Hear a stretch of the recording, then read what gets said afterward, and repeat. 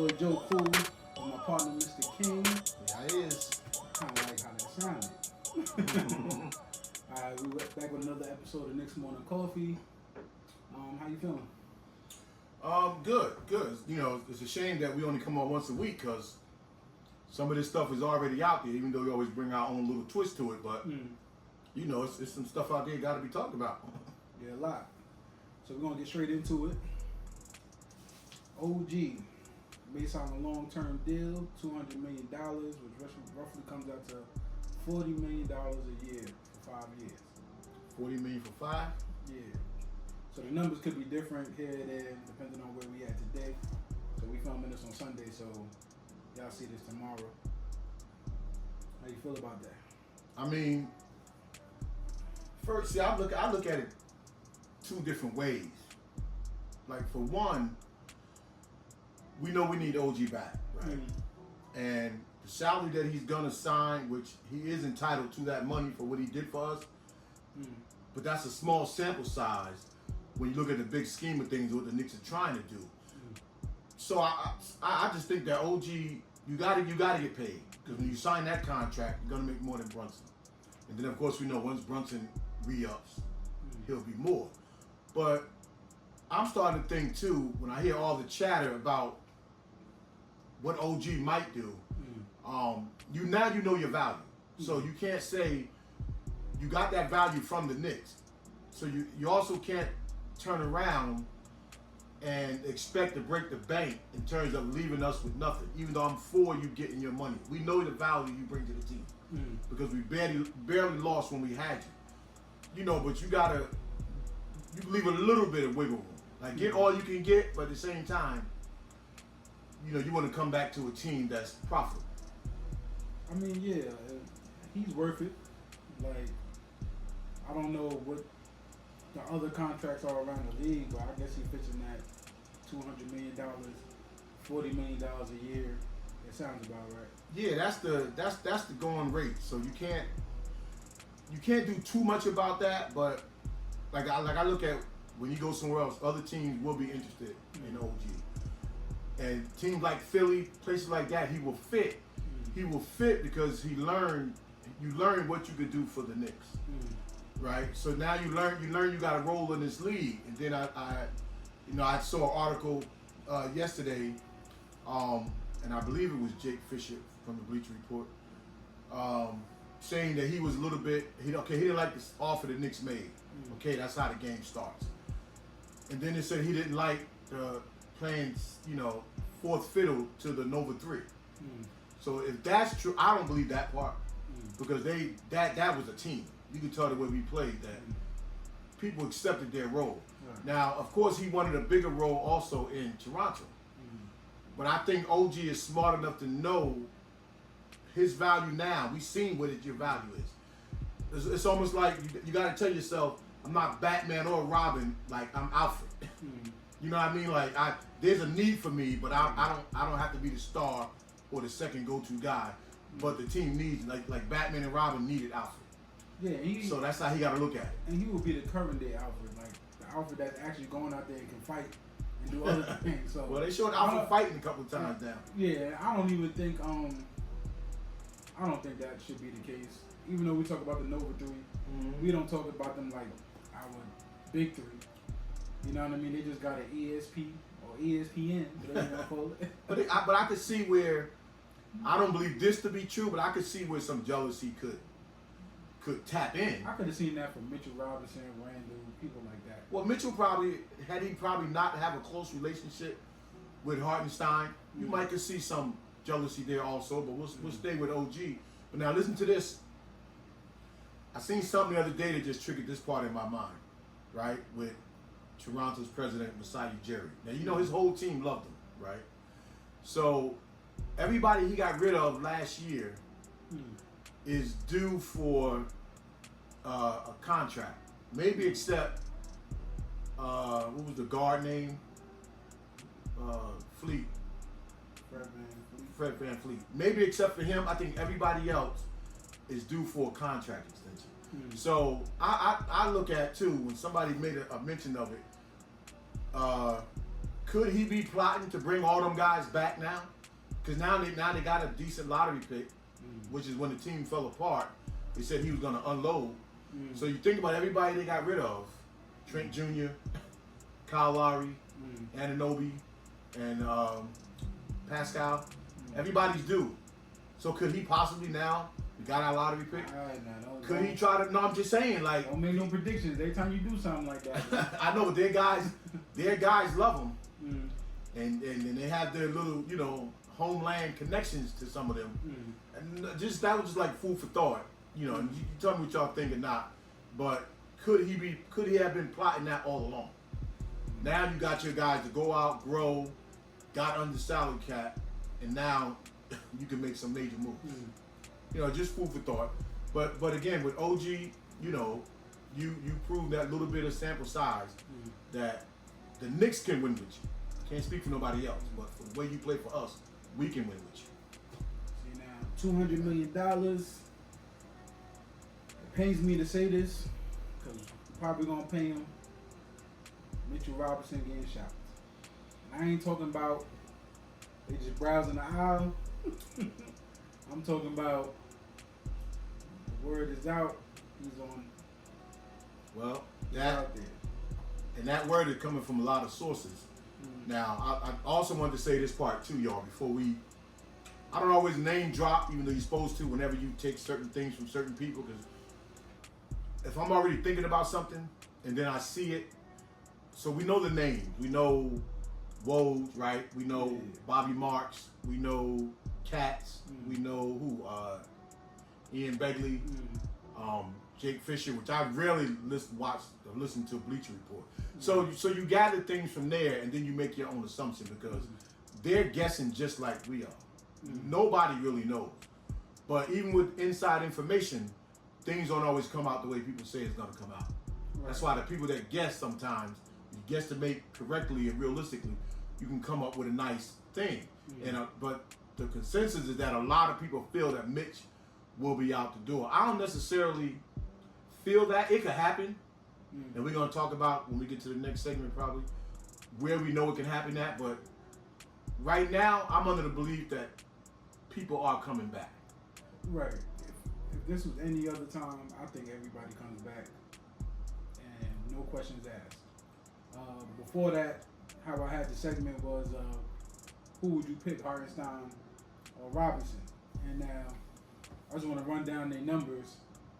Hartenstein, 25 minutes, 7 points, 8 rebounds, 2.5 assists. And Robinson, 24 rebounds, 5.6 points, 8 rebounds, and 0 assists. They kind of got the same numbers. So, on this show, we always go by impact. And I do like they impact for different reasons. You know what I mean? Hart kind of gives you that new school kind of game, coming out, passing, making smart plays.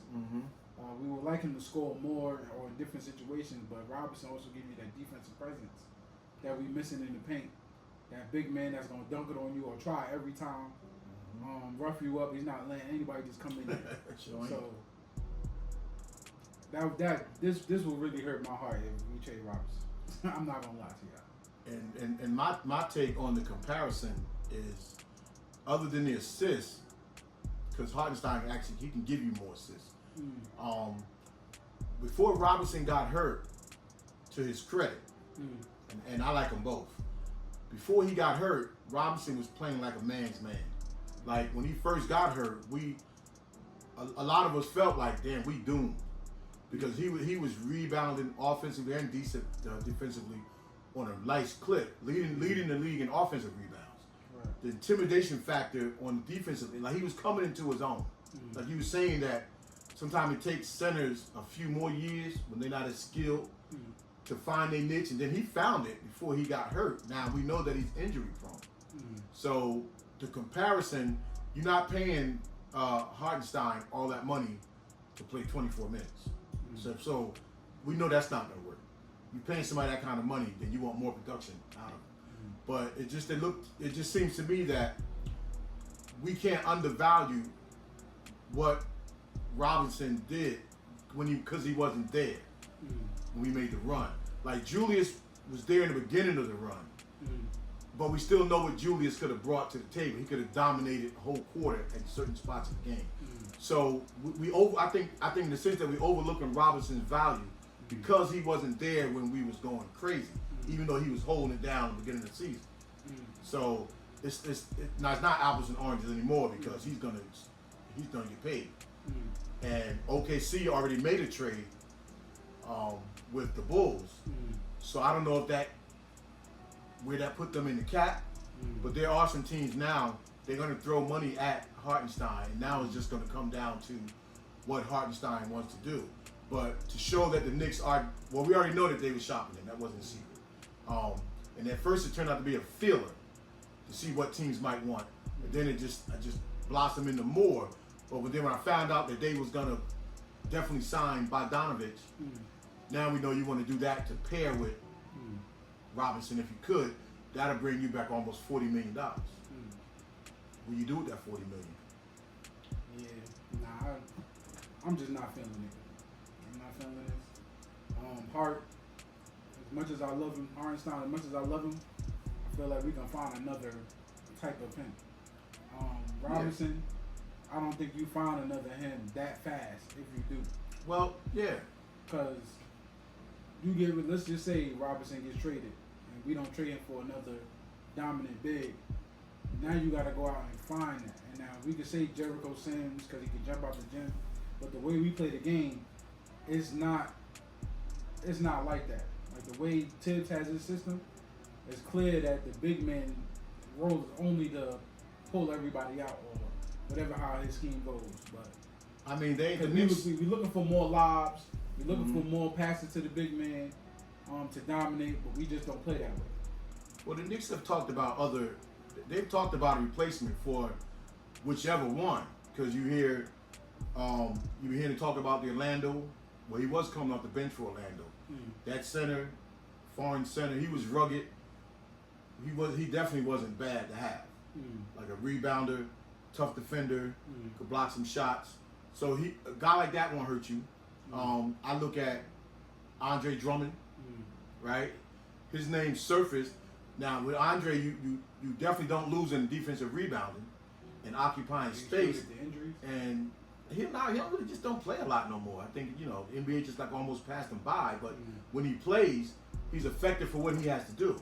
One of the names I heard, and that's all speculation, which I wouldn't be opposed to if we lost one, was Jared Allen. I'd take him because we know that he can lob and block shots. He's going to move around the basket. Then you look at... That might drive the tears for me. Yeah, then you look at I know we're not getting into the draft yet, but you look at the Purdue center. He's a little slow foot, but he has value around the basket.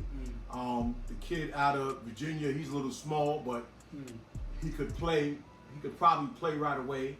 There was another center. Who was he out of? Duke center. Now he's a little light, but I kind of like what I saw out of the Duke center. He's like a Hartenstein with a little bit more offensive game. So they've been thinking. It's not like they're just gonna let one go and don't have a contingency plan. The Knicks have a contingency plan, and you pick anyone maybe except for the Purdue center. You pick somebody off that list, they can come in and play right away, whichever one we keep. So, I mean, this is just the day we live in now. It's hard, but if we have to lose one, we have to replace it. I mean, yeah, this is in our office hands. So, with that being said, who we gonna go to 3 or? Who's 3? All right, so that new NBA rule is the apron rule. Yeah. So I don't know if they apron rule because they shoving up something new.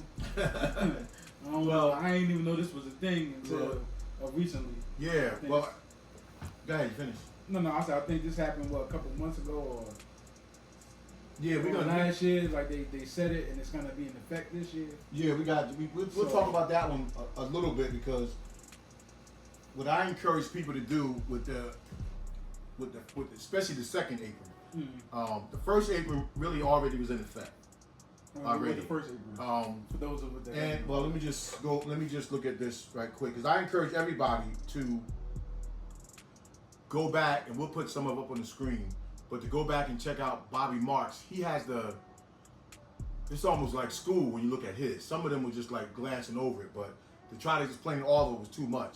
But in the first apron, it all goes by your luxury tax. First it goes by your cap hit, then it goes by the luxury tax, then it goes by the first apron, and then the second apron. That means you start talking about things that teams are able to do when they get to those levels. When you get past the luxury tax, now you're more penalized. Before it was just monetary penalized for the team. Now you start getting into things you can't use and things you can't do. And this would just be an example, and we'll put this up also. This is in the first apron. When you go over it, you cannot take back more money in a trade. So that means you can't trade a player and have, say, $8-9 more million left on that trade, and then still bring that trade in. Remember, before it used to be within almost 10% of the trade for or against. You could have to make a trade, but then in this case you can't do that. You're not allowed to use pre-existing exceptions. Now most teams got a $5 million exception, a $2.5 million exception. Some might have an $8 million exception where you could bring in a player and you give that player 2 years and they can make $16 million. We've done that ourselves. Well, you won't be able to do that if you're in the first apron. And then another one is that you are allowed a trade exception from another team, from a new deal. So you could take back a team's trade exception, but you can't add yours in the deal. Now, real quick, to get to the second apron, one of the things is you're not allowed to use a pre-existing trade exception, same thing. Cannot take back more money in a trade. Another one was you're not allowed to aggregate a trade, a contract. So that means, like I'm saying in the Knicks case, we don't fall under the first or the second apron. So we could put two salaries together and use it in a trade. But if you're in that penalty in the second apron, you can't pair two salaries to make one fit. All right, so now question. The New York Post said the Knicks must pay the luxury tax toll to keep everybody we have. So I just wanted to bring that up because when we were talking about Robinson, how we're paying me to keep him, and then you're talking about OG, if that's the money he wants. Is this the reason why? Yeah. Or would the players have to try to make an adjustment for their salary for us to keep it, and that's hard to probably do? Yeah, that's going to be when the salary. I guess now by this point now it's got to already be set.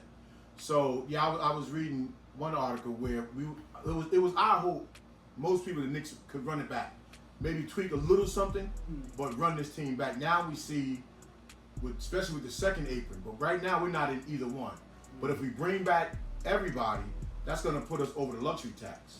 Now, getting over the luxury tax, a lot of teams do that. That's just, it's not our money, so we can't say paying out millions of dollars extras.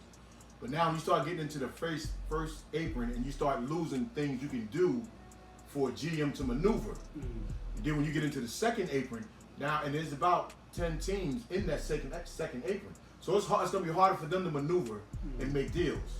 So that's where they're trying to keep the parity in the NBA. But I encourage everybody to read more on it, because now you can't get that mad now at management when you don't do certain things now, because again, management can't do nothing without the owner's blessing. It's not like Pat Riley down in Miami. Mickey Arison will pretty much let him do whatever he wants.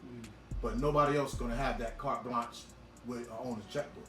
So yeah, that would probably be a prime reason why it would even come up that we would lose Mitch and people like that. You know, even say to Shot Randall. That's the only reasons that the Knicks may not want to go. We don't really get into the luxury tax, but they may not want to go and pay the luxury tax, and that's an owner's right. You know, you want to pay out as much money as you can, but a lot of teams do go over the salary cap and into the luxury cap. Yeah, because now this will all make sense to me with all these rumors that come out, because Randall was on Melo's show, and just for a brief second, when they asked him about his injury and how that mentally has a toll on him, he was saying how that he knew what this meant with this group of people to even get there. You know what I mean? So him not being there, he said this might be the shot. You might not get that this shot. year. This year, that might have been the shot. I mean, he didn't say it in those words, but that's what I took that we can make a run with this team right here. Mm-hmm. You know what I mean? With all the pieces we got. So that kind of stuck out to me, even though it was like brief, like flyby. But I kind of knew what he meant. If you add the rumors into it, if there's no rumors, it could just mean I just wanted to get back with the start of this team. But this might not be the team that you get next year, or you might not even be there. Yeah, I think the Knicks should do everything in their power to keep this team together, and in particular your first 8, definitely your first 7.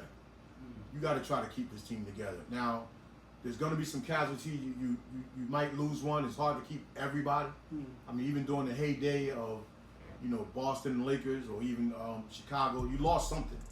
Detroit Pistons lost Rick Mahorn. I mean, for whatever reasons, I just think that they should do everything in their power to try to run it back as much as they can. But we did say last week, before I knew about what the second apron was about, is that if you run this thing back, because you don't know if you could ever get back there again. But one thing you know for sure is that this team clicks together. And contrary to everybody say, Randall was clicking with this team before he got hurt. Like, there's no experiment to say what would Randall do when he come back. He was there. He wasn't there for the stretch, but he was there when we was rolling. He was there with OG. You know what I'm saying? So I think we can get this team together and get back on track. We know that we can make the playoffs and then make that deep run and try to get to the Eastern Conference Finals and win. Listen, if we make more moves how we did these past couple of years where we didn't really understand what this player or who this player was, if we get more of those, then the sky's the limit for the Knicks. I don't know who to credit. I don't know if to credit that to the front office, or whoever is the scouts are for the Knicks. I don't know who to credit that to. Because when you think about it, a lot of these players we got, like you said, OG last year and 2 years ago. We know people liked him. I didn't know he was going to play like that. No. Randall, I know he was dominant. I didn't know he was going to play like that. Well, remember, I liked Randall. I took a lot of heat for Randall when we first got him. I took a lot from you, too. But people dogged Randall. But Randall, you could see when he was in, okay, we know he was supposed to be coming out of college. But you could see when he went to the Pelicans, when he left the Lakers, playing with AD, he was playing good with a so-called superstar beside him. He played very well alongside AD. So some people just not ready to take their own team on right away. And then we put together a makeshift team without any type of a star, when we first got that team together. So it took time, and then we had rotation too in coaching. Yeah, it is the difference when all eyes are on you. In that same show with Melo, he said that he was coming into a team that we was only winning 16 games or whatever, and he asked Melo what that the same for him, and it wasn't. We was winning without Melo, believe it or not. So, like, we was damn near with Eastern Conference Finals with Amari Stoudemire before Melo. Oh, before Melo, yeah. So before Melo got there, we was good. Now before Randall got there, we wasn't looking that good. Nah. So when we got him, it was like, oh, who's this? Yeah. For me, anyway. Well, listen, that time with Melo, that's a whole nother. I don't even want to relive that right now, because I wanted Melo more than anybody, and I just thought him and Mari together. Plus, they was in that same age range. I just thought that was going to be it for us, and we've had some great moments, but we just could never get over the hump with that team. With the class on the whole new apron rules and luxury tax and losing my boy, I'm going to say this. It's going to get ugly. How do you feel about Bronny James potentially being picked to go to the Knicks? Nah, that... Wait, now, before you answer. Right, go ahead. If this is all going to go on, we need some ammo in our pocket. So, now, I hope he has a good future. But if he got to come to the Knicks, just to have something somebody want, to have that, like, hey, Bron ain't retiring until he play with his son. Yeah. I mean, I don't think it's gonna happen because they got JJ over there, and how that speculation goes. LeBron got you over there. I don't think he's gonna leave after he done got you over there because they probably could have went with anybody else. Then. Yeah, he got a year on his More contract. people take that job if they know LeBron probably not gonna be over there. That's just what it is. Oh yeah. Danny Helly did the right thing. Yeah. So. All right. So now Bronny come to the Knicks. Now I'm not saying I want LeBron to come to the Knicks necessarily, but I feel like now you got more ammo in your pocket. If it get crazy, if the luxury taxes get too high, I got a first round clip called Bronny James in my pocket. Nah, keep that clip in your pocket. Right now, we too far. Our window is open too wide to be messing around with that. You know what I mean? Like, to be tampering with that, and open, the window's too wide. Because if LeBron wanted to come to us, he find ways, same way he showed up at that Cleveland game, just to let LA know. Remember he showed up at the Cleveland, you don't pick my son, I might be sitting here for real. But hear me So out. he have ways of letting people, he would have ways of letting the Knicks know, I want to go to the Knicks. Stay where you are. We don't want you. Hear me out. Hear me out. We gotta pay the luxury tax. Let's just go over the luxury tax anyway. And then draft Bronny. Just cause. Or there's gonna be people on the phone. So you saying you don't go over by drafting I'm saying Bronny. when you go over the luxury tax by just paying everybody we got, right? Pay everybody we got, draft Bronny. And draft Bronny. And we, listen. Because now, when you're in that first and second apron, there's only so much you can do. Yeah, but we still. But now the power going to be on what the other team got to give up. Now what we got to give up. Because we just giving up Bronny. That first and second probably ain't got nothing to do with the person we just drafted. But we could pay Mitch. We could pay Mitch and not go over the luxury tax. We'll lose some people on the back end. If we paid everybody. Who we going to lose? Jericho? Charlie I mean, Brown? when you. No, I'm talking about like Bogdanovich, Shake Milton, who else? Burt. Well, they got to Like, go. I mean, They got to go. we could find 30, 40 million, 50 million in there. And with Mitch, we don't got to do nothing. We just have to get rid of him as far as what they want to try to give Hartenstein and OG, because Mitch is already signed. So we don't got to give Mitch no more money right now. Now, we would think next year, the year after. But right now, he's under contract. But they would have to shop him to get him out of there because he gets paid. And if you cut him, you're still paying him. If you cut him. So I don't see where the problem would lie if we're not picking that high, where we're picking in the top 10, where that's like a little hefty check, chunk of money. We ain't picking that high. So I feel like it's cheaper to keep him. Yeah, we pay. If we If we go pay, back to Robinson. if we It's pay cheaper to keep everybody, him. He's been hurt every year. You know what I mean? He's not getting dominating stats. And you can bring that up when it's time for free agency, and if he leave, then if he leave. but you also, will Robinson accept a miniature role, because you're not going to pay Hartenstein You're not all going to that give money. him a miniature role, but you're not going to give him crazy money. Now look at this. You pay Hartenstein, right? Management knows they can tell Tibbs whatever he want. He gonna play who he want to play, right? So if Tibbs got a healthy Robinson on his bench, don't you think he gonna play Robinson? Yeah, he's gonna play Right. Robinson. So I and told you management about will that. feel if we pay Tibbs all this money, and I mean if we pay Hartenstein all this money and he ain't playing, what do we look like? Now we don't have Mitch. Now you have to play Hartenstein because he's familiar with your system. But if Mitch is healthy on that bench, even if it's 24-24, he's playing. But you're going to give Hartenstein money to play 35 minutes a game. That's I'm not not money. opposed to splitting 8 minutes in half because we've seen how at the end of the year they both got to stay healthy. But they're not paying him. I'm talking about the only way they stay healthy if they're not playing crazy amount of minutes. If they're on a scoring role or a rebound role, or they just completely dominate other teams. Mitch got healthy playing the same way. He got hurt rather playing the same amount of minutes. But that's the NBA stubbornness. Because we see that all these teams that's playing in the playoffs, all their good players get hurt. They either hurt on their way to the playoffs or hurt during the game. you got to split their minutes. They playing too many minutes at a high speed. All right, we talking about Tibbs. Yeah, but Right. yeah, well, Tibbs. So he right. don't care. So management probably knows the only way if we pay Hartenstein, the only way to get more for our buck is to make sure Mitch ain't there.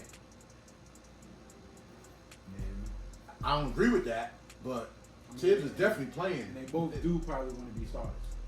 Yeah, but Tibbs is going to play him because he's an offensive rebound. Mitch is an offensive rebound machine, and he alters a whole lot more shots. Even if he don't block a whole lot, you can't block with people running away from you. I just tell Mitch, come off the bench. He'll come off the bench. I Listen, got some coffee for you, or whatever this is. whatever it is. Whatever. I wonder what it is.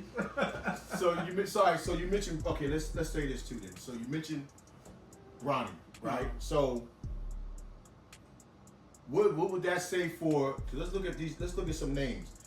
Most of the people besides the big men that are linked to the Knicks has been centers in the draft and two guards.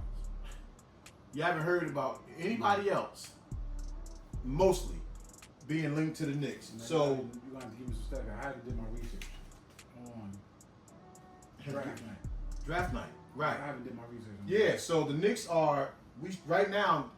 It's being less talk about the Knicks giving up the picks because in all the mock drafts they have the Knicks taking fluctual people. Nobody never knows what Leon and Wes are gonna do. Well, before you even go there, this is gonna probably be the year where we get a lot of good people. Because if this is the year that you can't even name who goes, that means a lot of these people that's gonna get picked are probably hungry and they're really doing their homework. Yeah, well, on these yeah, players. and the first two are like foreign players. So, I mean, it's a draft of players, but it's not a draft of superstars.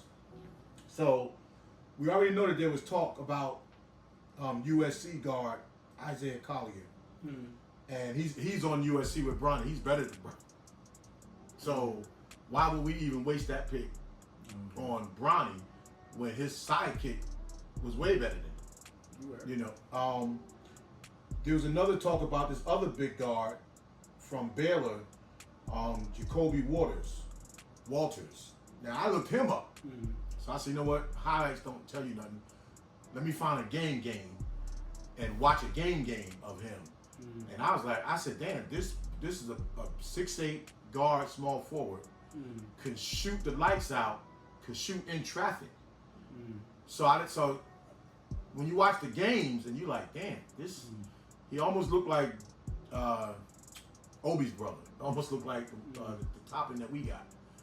But he's a baller. So I mean, I look at guys like that, they could come in and help you, but also, before I read these names, I got something I want to add. Well, I do like that because a bigger guard. Yeah, Miami's big guard, Keyshawn George. I just saw his highlights. His highlights look like you can't always go by that, because Deuce's highlights were great, but look how long it took Deuce to materialize, and that was mostly to opportunity. But another player, way better than Bronny. And then Louisiana Tech, they was already talking about Isaiah Crawford, who's also way better than Bronny. But some of the guys they talk about, I can't see. I'm not knocking Bronny. Not messing with you. Yeah, if Bronny go out west to a running team, he's gonna flourish right away. So because Bronny's a hybrid. You know, he can run, jump, can shoot a little bit. You know, he can get to the hole. I ain't gonna lie. I seen one of his games. I didn't see too much. He kind of reminded me of Iman Shumpert. I don't know. Is that accurate? Nah, Defense. Iman was more like Manuel Moutier to me. I'm talking about Bronny got like defense. He's gonna try to dunk on you. He can shoot. Yeah, he's a hybrid. He's like, the type of guy, if he's running, that's why I say West Coast. If he's out on the break and running, he's going to get you your 10, 12, 15 points, and some people are going to say, oh, wow, look what Bronny doing. But if you come bring him east, where it's a little bit slower on certain teams, you might not get to see his, maturation. Right. Now, this is the other thing I want to say. Okay, we know the Knicks looking at centers and why. Now, with all these two guards, right? What does that bode for Dante DiVincenzo? Because if they, not that they would shock Dante, because we see what he's done for us, but we did need more off the bench at the guard position, right? We also needed more scoring up front, but we knew we needed that anyway. You're not gonna highlight if you are in the back of your mind, back room, looking to replace DiVincenzo. Yeah, you can look to bring him off the bench. I don't think he would argue with that. I don't think Brunson would. But to keep Brunson happy for next year, you secretly look for a replacement, right? You bringing him in, you're not saying we need a 2 guard, but all you bringing in is center and 2 guards. Now I could be wrong. Don't quote me. I mean, with our style of play, I thought about that. Our 2 guards and point, they kind of play interchangeable anyway. Dante, before we got him, when you look him up, he was playing when Steph Curry was hurt. So it was like Brunson. Now, Luka was hurt. Yeah. Brunson was in the game. Mm-hmm. When Steph Curry was hurt, Brunson was DiVincenzo came in the game. Right. So that they interchangeable. Like they playing point guard and 2 guards at the same time. No point guards. For me, I'm not gonna say I'm old school, but for me, your point guard shouldn't be scoring 30 something every night. 30 years old, 33 years old. I mean, listen, you see the grade? 33 years Catching old. on camera, where is that? Old school, y'all. The boy is seasoned. I'm old school. You know what I'm saying? Yeah, I can see. Because I never understood why they kept saying. Call me Unc. Alright. Why they kept. Then we gotta get Cat Williams up here. Why they kept saying the Knicks needed help for Brunson when if DiVincenzo can back up Steph and play the point while Steph is on the court, why couldn't he do that for the Knicks? But it was said. But it was always being said down the stretch of the season. Yeah, I just think it's the way we play. The way we play. You know what I mean? It's not like everybody got a clear cut role on the Knicks. From the 1 to the 3, they kind of just doing whatever. And then the other half, the big men, they doing whatever. I can't even explain how we run. Remember, I always tell you when we watching the game, I can't tell you what they doing on the court because it looks like they're not running anything. Yeah, they are. They so are. Now they are running something, but it just looked like they positionless basketball. So that was like a thing. What last they actually year? have a lot of plays. So last year, 2 years ago, even before Wembanyama got there, there's a lot of rumblings of positionless basketball, like the stretch 4, the stretch 5, the 2-way. Well, who was the coach we had? What was my man's name? We had when we had Moutier, when we first got Randall and them. Who was that coach name? All he talked about was positionless basketball. No, after Woodson. Damn, what's my man's name? Damn. Anyway, yeah, but that's been talked for years about positionless basketball. But as far as for the Knicks, the Knicks ran plays. Now look at this. Was interesting too. Yeah. When Tibbs was on Brunson and them show, and they were talking about the plays they run, right? And Brunson said he laughed, saying to Tibbs, "Oh, you think you slick? I know what you're doing." Every time they ran the pick and roll, certain ways they ran it. Brunson said, "As soon as you call it, I know right away what it is because he said when you was with Memphis, you constantly ran that for Derrick Rose on me, and I could never stop it. So now when you call my number out of nowhere, I automatically know what you're doing and what it is. So that's why I'm comfortable doing it. So that's because we don't see that. We just see. I mean, all right, but the only thing I liked about that is what I said when you was coaching me. So what good on Tibbs is he ran that for Did you get me a trophy? Happy Father's Day. So what Tibbs did was ran something that Derrick Rose was capable of doing. And now you got to teach Brunson and show him stuff. All you doing was showing Brunson what was done to you. This is how you do that. Remember, D Rose was on our bench. So he probably told Brunson a couple of things of when he's coming off. I remember when we was watching the games, when he's coming off those screens, how, I don't want to use the word explosive, but how quick he was off the screen. That could have been something him and D Rose probably talked about after he was running those plays to make him more efficient off them screens. But we was like, oh, that's automatic score for Brunson. Yeah, but he don't. I know the way he was doing it. He's not dunking on you like Derrick Rose, but yeah, because he noticed more towards the end of the season is when he started really taking the screen. Yeah, guys. Before he was always going the other way. And I think now that we know it's conscious that him and Tibbs talk about it. And yeah, probably when Rose was there, Tibbs probably had to wait to the right time to do it. And if Brunson comes back with his handle even more tighter, he'll be even more deadlier off those screens. But we know Brunson, he want to get in there and float, or he want to jab back for the shot. Those are his bread and butter. Ain't no sense in tweaking that. But when the way that Indiana played up on him, now you got to be able to come off them screens and switch hands and do different things. So, you know, the outlook looked good. But before we go, I wanted to add one more thing. That was all the players from the draft? The potential draft, Potential draft.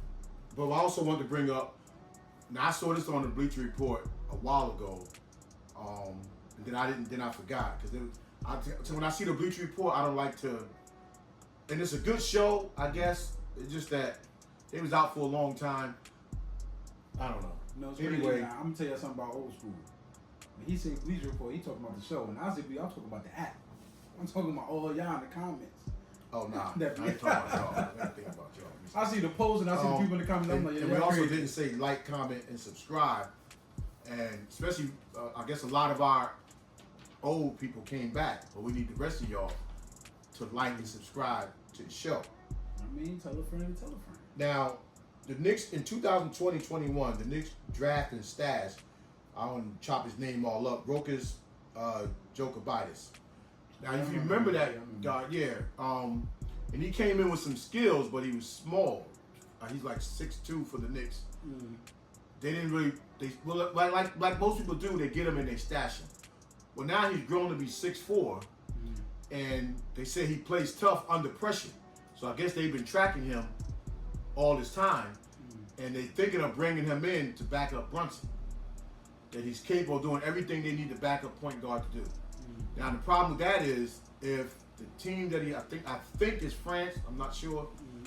If they make it to the Olympics, then he's not going to come to training camp.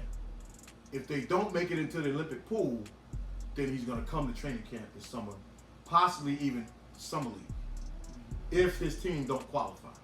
He's that good? So he's supposed to have gotten, some guys overseas. Some of them you can bring over right away, like Luka, and some of them you got to let them develop, physical wise. So what their scouts are saying is that, and we can have that to put up also if you like, is that now he can do everything that a backup point guard need to be able to do and give you 15 good minutes off the bench. Because Brunson's going to play a lot. I don't know if that means they're looking at things like that because, they want to take Deuce and pay him in a trade. That's all I was about to say. I said, if this conversation comes back around, where is Deuce in all this? Because I kind of like his development. Yeah, and you developed him. That's why, once you give up Deuce and Mitch, that's your ticket to your old school. You're not old school, but to your old team. Yeah, that's because everybody else is gone. Other than Jericho. That's what I'm not liking. So if you get those three up. Listen, when beginning of the year when I guess Udonis has him left, and Miami had him on the bench the whole time. And why we just can't have Knicks that stay? Well, we was trying to do that with Gibson, but then you get to the point where you need a roster. Gibson's not a Knick that we drafted. No. He's just a Knick that we that's love. rare. Yeah, Udonis, for a role player, it's one thing for a star to stay with his team. That's hard for a role player. Being that he's from Miami, and he probably helped out a lot in their early years with just things around town.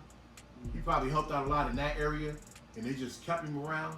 But that's rare for a role player to stay with their team damn near 15, 20 years. All right, so anyway, we're going to end it today with that. But please give us a thumbs up, subscribe, and comment if you like. Till next time, peace. Sorry, I don't know that. So, let me just go over the thing. You're done for a second. Let me just tell you what I got.